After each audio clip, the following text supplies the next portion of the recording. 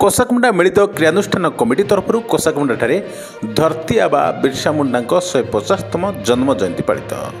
नवरंगपुर जिला कोसाकुंडा ब्लॉक सदर स्थित शहीद लक्ष्मण नायक मिनी स्टेडियम ठारे कोसाकुंडा मिलित क्रियानुष्ठान कमिटी सभापति श्री प्रसाद माझी नेतृत्व में धरती आबा बिरसा मुंडा 150तम जन्म जयंती पालित हो जाइछि।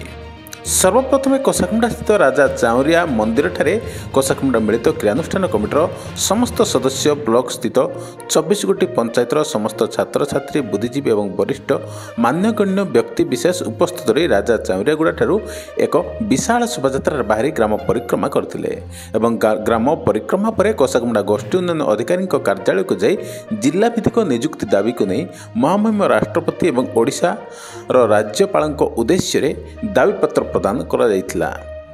जिला मिलित क्रियानुष्ठान कमिटी आनुकूल्य चलता जिला भित्तिक नियुक्ति दाबी तुरंत सरकार मानिने बोली देइथिबा दाबीपत्र में उल्लेख रही। दाबीपत्र प्रदान करबा परे शहीद लक्ष्मण नायक मिनी स्टेडियम ठारे आयोजित धरती आबा बिरसा मुंडा 150तम जन्म जयंती पालन अवसर में विभिन्न सांस्कृतिक कार्यक्रम अनुष्ठित होता।